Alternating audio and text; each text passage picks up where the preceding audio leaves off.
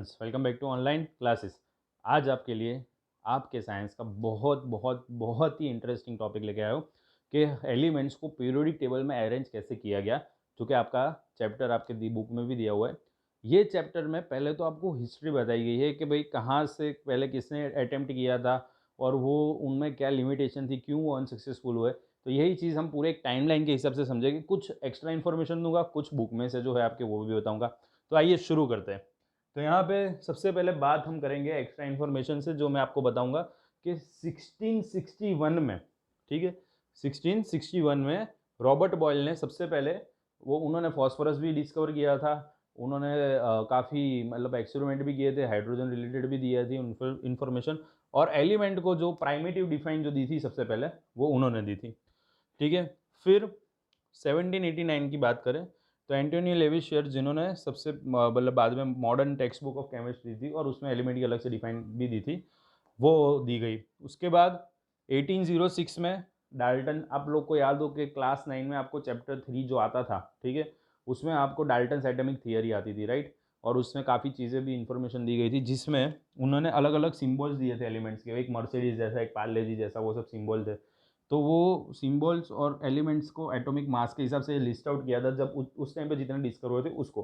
कौन से? 1806 की बात कर रहा हूँ। उसके बाद और एलिमेंट्स डिस्कवर होते गए, जैसे जैसे टाइम आगे जाएगा ना, एलिमेंट्स धीरे धीरे और डिस्कवर होते जाएंगे, ठीक है।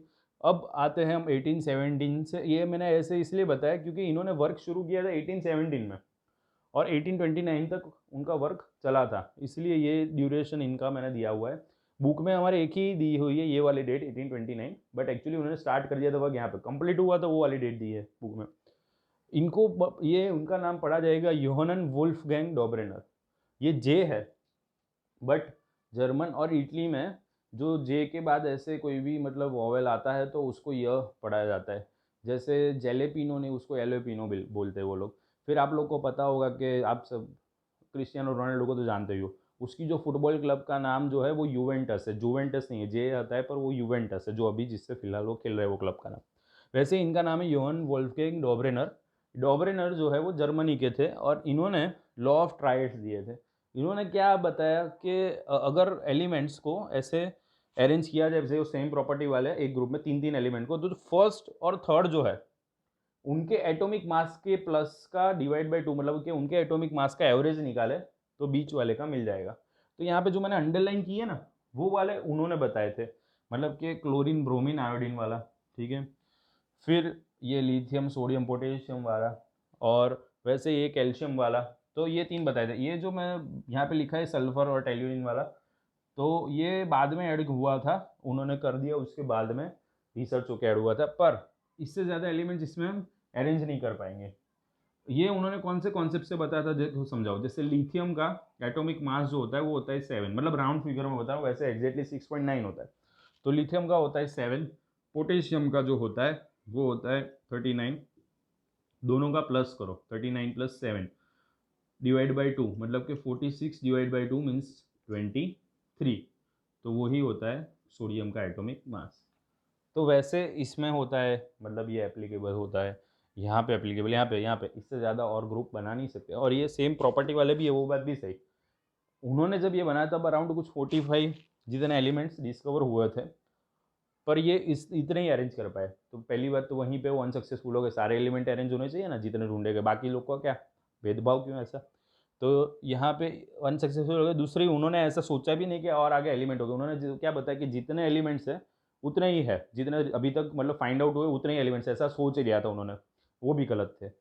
उनका ऐसा नहीं कि मतलब उन्होंने गलत ही काम किया है, और उनका गलत एक्चुअली ज़्यादा शो ऑफ किया गया। उन्होंने एक अच्छा काम भी किया है, वो ज़्यादा फोकस नहीं किया गया। उन्होंने प्लेटिनियम, प्लेटिनियम आप जानते हो ना, गोल्ड जैसा आता है जिसके ऑर्नामेंट्स भी बनते हैं, उसको एज ए कैटालिस्ट यूज़ कर सकते हैं रिएक्शंस में, और वो काफ़ी हेल्पफुल रहता है। उसके ऊपर उन्होंने बहुत अच्छा रिसर्च किया हुआ है।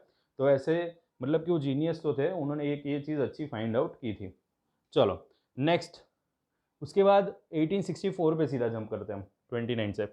यहाँ इसके बीच में भी काफ़ी लोगों ने ट्राई किया, पर उसमें उतना कुछ मेजर नहीं था, इसलिए उसके बारे में टेक्स्ट बुक में नहीं दिया है। तो उसके बाद जो मेजर जो अटेम्प्ट था वो टेक्स्ट बुक में जो मेंशन किया गया उसी की बात करते हैं।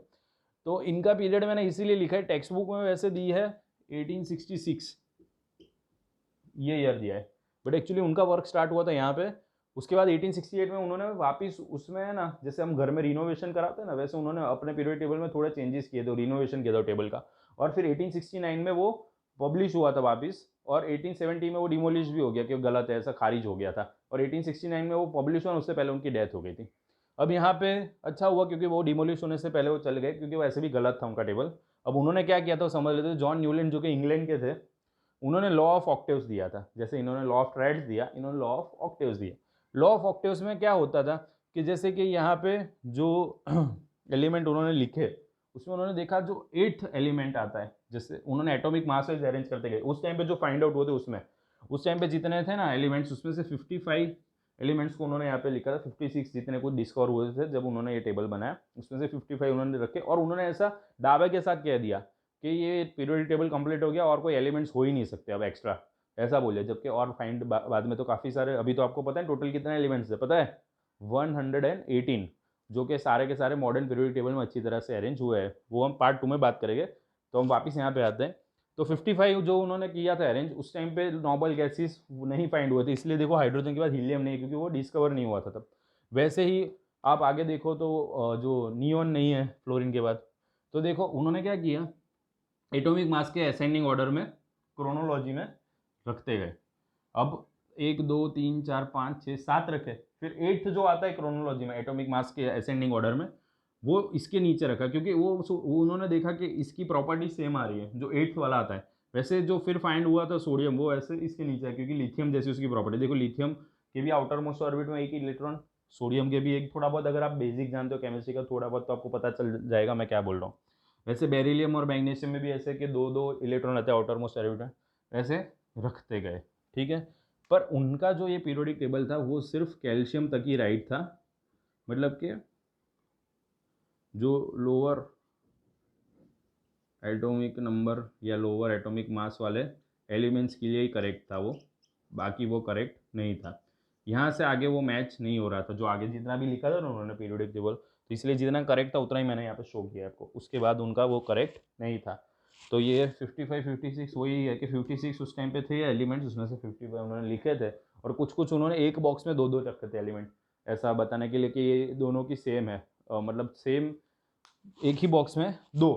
तो ऐसा कैसे हो सकता है कि सेम ही एटॉमिक मास हो सकता है दोनों का, तो वो भी कुछ गलत था उनका, ऐसा मानना भी गलत था कि और आगे कोई और एलिमेंट डिस्कवर नहीं हो गए, और यहाँ से आगे पीरियोडिक टेबल भी उनका रॉन्ग था।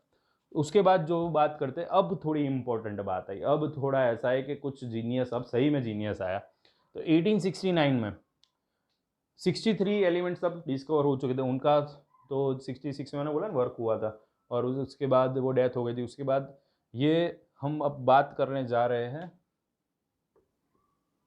दिमित्री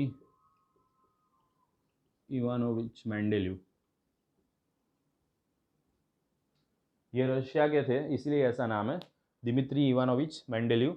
इन्होंने जो एटॉमिक मास को ऐसे इंक्रीजिंग ऑर्डर में तो रखा, ये फर्स्ट ऐसे पर्सन थे जिन्होंने बहुत ही अच्छी तरह से इसको अरेंज करके रखा था, और काफ़ी एक्सपेरिमेंट करने के बाद रखा था। ऐसे कोई भी लॉजिक पे नहीं चले गए कि ट्रायड 3 3 का ग्रुप होगा, ये फर्स्ट थर्ड का ऐसे एवरेज निकलेगा बीच वाले में, या फिर इस इनमें और एक बात ऐसी थी न्यूलैंड में, एक मिनट थोड़ा टाइम लाइन में वापिस आ जाते पीछे, इनमें एक और बात ऐसी थी, इन्होंने क्या बताया पता है लॉ ऑफ ऑक्टेव्स में, कि ये जो है ना म्यूजिकल नोट के हिसाब से होता है, जैसे मतलब ना हर एक 8th एलिमेंट वापिस ही बोला, तो उन्होंने बोला कि जैसे होता है म्यूजिकल नोट्स, क्या होता है सारे गामा पधा नी सा, वापिस बोलते हैं ना सारे गामा पाधा नी सा, तो वैसे 8th एलिमेंट वापिस ऐसे रिपीट होता है। तो ऐसे ही उन्होंने बोला कि ये म्यूजिकल, पर सारे गामा पाधा नी सा तो हमारा इंडियन है, उनमें जो इंग्लैंड में या फ्रांस में क्या बोला जाता है दो रे मी फासोलाती, तो दो रे मी फासोलाती, दो रे मी फासोलाती ऐसे, तो उस हिसाब से उन्होंने बोला कि वो मैच हो रहा है म्यूजिकल नोट्स के हिसाब से।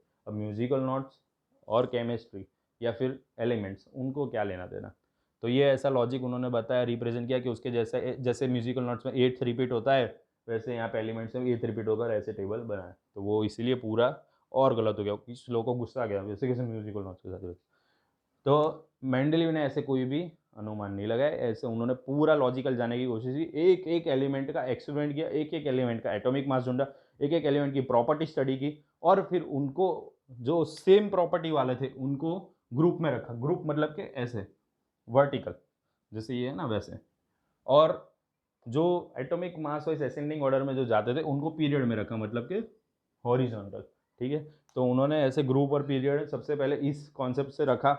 दूसरी उनके जो उन्होंने जो बनाया पीरियोडिक टेबल, उसमें खास बात ये थी कि उन्होंने कुछ कुछ जगह पे स्पेस छोड़ दी, जहाँ पे कोई एलिमेंट उन्होंने लगा ना कि ये अभी डिस्कवर नहीं हुआ, यहाँ पे कोई और आएगा, ये अभी जितने हमें पता है उसमें ये सेट नहीं हो रहा है। तो वैसे उन्होंने वहाँ पे क्या किया था, वैकेंट स्पेस रखी थी। और उस वैकेंट स्पेस में जैसे कि एल्यूमिनियम के नीचे, एल्यूमिनियम उन्होंने जहाँ पे रखा था उसके नीचे वैकेंट स्पेस रखी कि वहाँ वाला एलिमेंट नहीं सेट, तो उसका नाम उन्होंने देगा दिया एका एल्यूमिनियम। संस्कृत वर्ड से, वो उनके एक फ्रेंड ने सजेस्ट किया था और वो काफ़ी फिर प्रभावित हुए थे इंडियन कल्चर और संस्कृत से।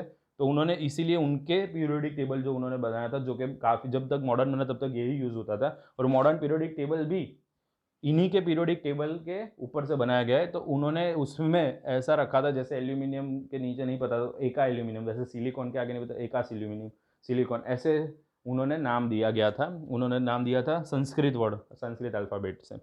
और ये वैकेंट स्पेस की वजह से क्या हुआ, ये छोड़े तो जो बाकी जो एंथुसियास्टिक होते हैं, जो कुछ स्कॉलर्स होते हैं, उन्हें और ऐसा लगा कि चलो और रिसर्च करना चाहिए कि सही में यहाँ पे वैकेंट स्पेस है, मतलब कि और एलिमेंट्स हमें डिस्कवर करना बाकी है।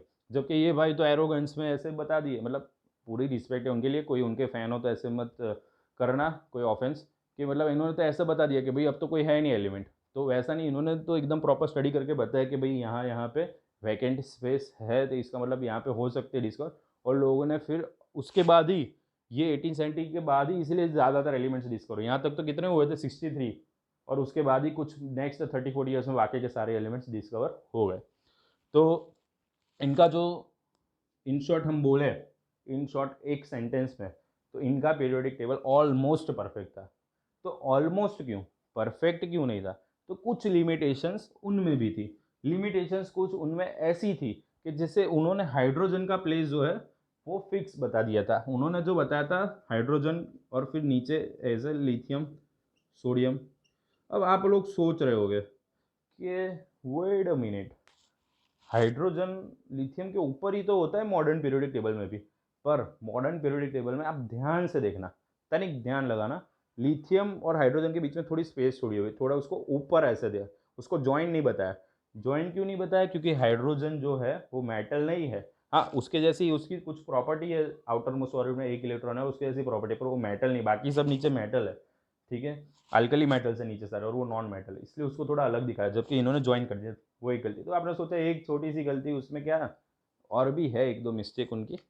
जैसे उन्होंने क्या बताया था कि असेंडिंग ऑर्डर में उन्होंने एटॉमिक मास वाइज ऐसे रखा है, तो कोबाल्ट और निकल, ठीक है, फिर आयोडीन और टेल्यूरिन, ऐसे ये दो दो तीन ऐसे एलिमेंट के पैर में क्या हो गया कि एटॉमिक मास जो है, जैसे इसका 127, इसका बाद में 120, एक्चुअली 126 पहले आना चाहिए ना, असेंडिंग ऑर्डर में जा रहा है तो ये पहले आता है फिर ये बाद में आता है।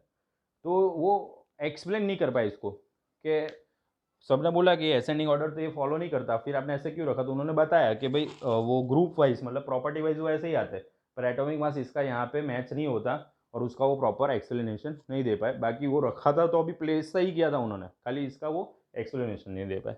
बस ऐसी छोटी दो तीन उनकी लिमिटेशन थी, बाकी वो मैंने बोला ना ऑलमोस्ट उनका परफेक्ट था। उसके बाद 1894 में विलियम रैमसे और लॉर्ड रेले, ये दोनों ने नोबल गैसेस को डिस्कवर किया। नोबल गैसेस मतलब कि helium, neon, argon, xenon, radon, krypton, ये जो है वो। तो ये इन दोनों ने, ये भी बताऊं कि नोबल गैसेस डिस्कवर करने के लिए ये लोग इंडिया में आए थे, और इंडिया में से ही आके इन्होंने नोबल गैसेस डिस्कवर किए थे। और 1898 में जब इनकी डिस्कवरी कंप्लीट हुई, जो उन्होंने नोबल गैसेस डिस्कवर कर दिए, नोबल गैसेस मतलब जिनकी ऑर्बिट पहले से फुलफिल है और वो किसी से रिएक्ट नहीं करते, इनएक्टिव होते, उनको नोबल गैस बोला जाता है। तो उन्होंने क्या किया कि ये एक्सेप्ट कर लिया था सबने ऑलमोस्ट। ये यहाँ पे मैं ये भी बताऊँ कि इन्होंने 1869 में अपना बना तो दिया था पीरियोडिक टेबल, फिर वो उसको पॉपुलर होने में टाइम लगा, क्योंकि रशिया थे से पहले, यूरोपियन कंट्रीज़ की उस ज़माने में ज़्यादा डोमिनेंस था। तो 1870 एंड में या फिर 1871 के जनवरी में ये जर्मन मैगजीन में जब इनका पीरियोडिक टेबल पब्लिश हुआ, तब लोगों के ध्यान में आया, तब धीरे धीरे पॉपुलर हुआ। और तो अभी ये 1817 में पब्लिश होने के बाद भी 5-10 साल बाद वो प्रॉपर पॉपुलर हुआ, पूरे वर्ल्ड में हर एक कंट्री तक पहुंचा। और फिर इन्होंने जब ये मैंने बोला ना कि 1898 में अपना कंप्लीट कर दिया रिसर्च, सारे नोबेल गैसेस डिस्कवर कर दिए, तो मेंडेलीव के पीरियोडिक टेबल में ही उन्होंने लास्ट में उनका पीरियोडिक टेबल डिस्टर्ब किए बिना ग्रुप 0 ऐसा नाम देके वहाँ पे सारे एलिमेंट्स जो उन्होंने थे वो रख दिए ऐसे। मतलब उन्होंने भी इसको ऐसे सुपीरियर माना था और उस डिस्टर्ब ना उस हिसाब से ग्रुप 0 करके उसमें दे दिया था। अब 1913 में एंटोनियस वेंडेनबर्ग, नाम वेंडेन जब ऐसा आता है तो समझ जाने का नेदरलैंड के ज़्यादातर लोग होते हैं उनका नाम ऐसे ही आता है वेंडेन, तो वो वहाँ के है। उन्होंने एटॉमिक नंबर तब फाइंड किया, ये कॉन्सेप्ट 1913 में फाइंड हुआ। ये एटॉमिक नंबर का कॉन्सेप्ट नहीं था, इसलिए सारे देखो ये भी एटॉमिक मास पे कर रहे थे, ये भी एटॉमिक मास, ये भी एटॉमिक मास, सब एटॉमिक मास पे इसीलिए उस टाइम पे रिसर्च करते थे। जब एटॉमिक नंबर का पता चला, हेनरी मोजले जो कि इंग्लैंड के थे, वो इनको जानते थे, इनके वर्क के साथ ही मतलब उनका असिस्टेंट था, तो उन्होंने देखा एटॉमिक नंबर और उनका रिसर्च देखा तो था सही। फिर उन्होंने एटॉमिक नंबर को यूज़ करके पीरियोडिक टेबल अरेंज करना शुरू किया और उन्होंने भी इनकी चीज़ें ध्यान में ली, मेंडली की पीरियोडिक टेबल की, और फिर पूरा टेबल उन्होंने बनाया, और जो जिसको आज हम मॉडर्न पीरियोडिक टेबल से जानते हैं, जो कि कंप्लीट है और उसमें अब कुछ भी लिमिटेशन नहीं है। तो मॉडर्न पीरियोडिक टेबल की बाकी की डिटेल की बात है वो हम करेंगे पार्ट 2 में। तब तक के लिए पढ़ते रहिए, खुश रहिए, फिट एंड फाइन रहिए। Bye bye.